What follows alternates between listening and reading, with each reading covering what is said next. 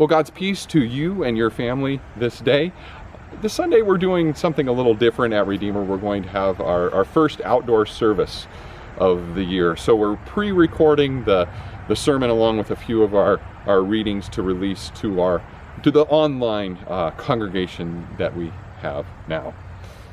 It's a fitting Sunday to have worship outside in regards to the text. The texts really speak of God's power over nature, God's power in our lives.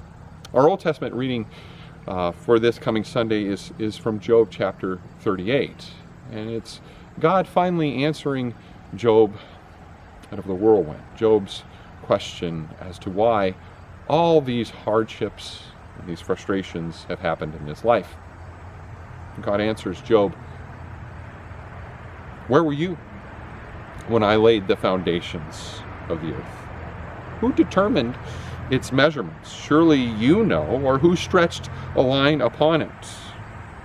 On what were its bases sunk, or who laid its cornerstone when the morning stars sang together and the sons of God shouted for joy?" This is the word of the Lord. And our gospel reading for this coming Sunday is from St. Matthew, the 14th chapter.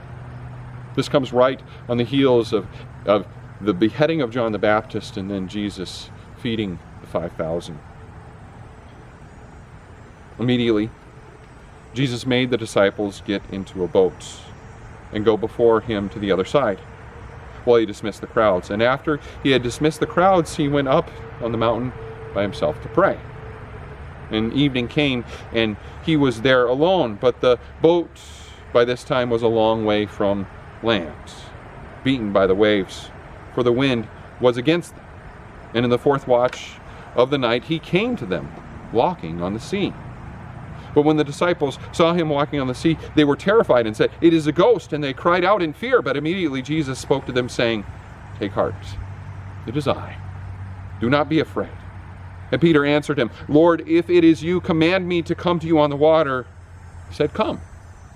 And so Peter got out of the boat and walked on the water and came to Jesus. But when he saw the wind, he was afraid. And beginning to sink, he cried out, "Lord, save me." Jesus immediately reached out his hand and took hold of him, saying to him, "Oh, you of little faith, why did you doubt?" And when they got into the boat, the wind ceased. And those in the boat worshiped him, saying, "Truly, you are the Son of God." This is the gospel of the Lord.